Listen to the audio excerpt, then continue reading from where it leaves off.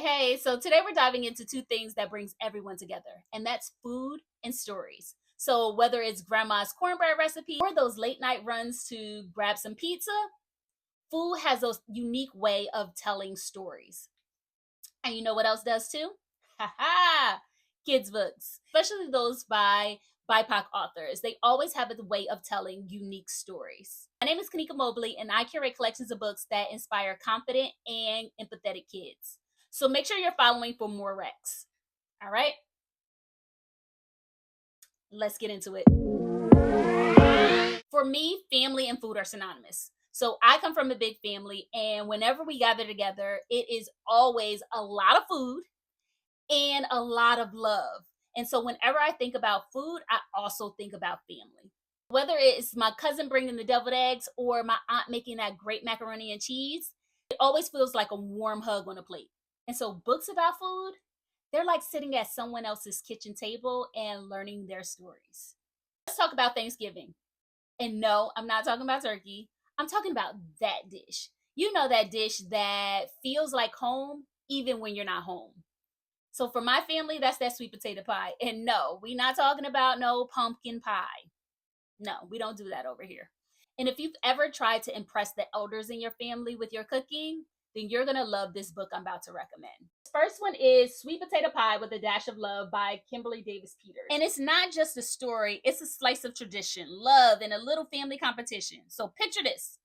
Grandma's ready to pass down a famous sweet potato pie recipe, but only one brave little baker will win the honor. Who's it going to be? Let's just say this contest has more spice than cinnamon. Speaking of spice, all right, go ahead and tell me, what's your spice tolerance? Are you a add the hot sauce on everything type, or are you more like mid salsa is my limit? It's Not That Spicy by May and Kaylee Powers is the perfect book for those family members who are always screaming, but it's not that spicy, even though their mouth is on fire after just one bite.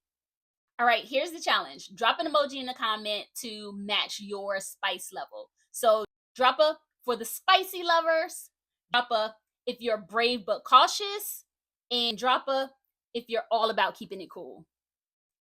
I'm a little here. So what's the spiciest thing that you've ever eaten? Bonus points if it's tied to a funny story. Okay.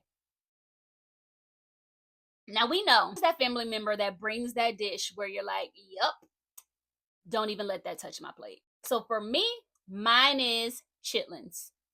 Don't even try it.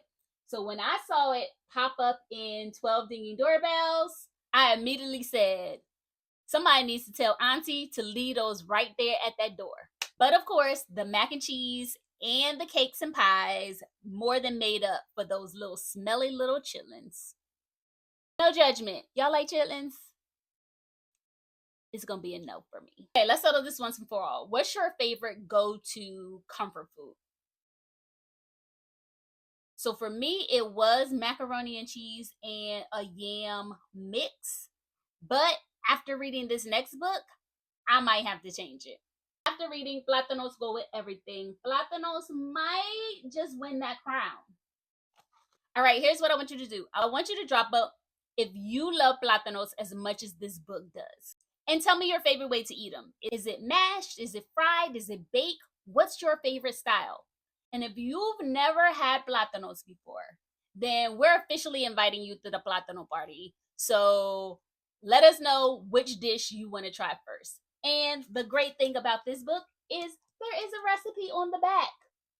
Perfection. So the next time you're sitting at your kitchen table or throughout these holidays, really think about what is the story that your food is telling.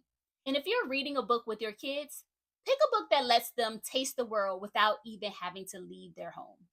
Okay, here's a fun idea. Read one of these books and then try to make one of the foods inside. Let me know which book and dish you try in the comments. And bonus points if you send pictures of your creation.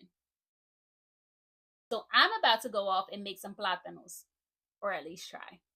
Wish me luck. All right, until next time, and don't forget to hit that subscribe button so you don't miss any additional book recommendations. All right, happy reading.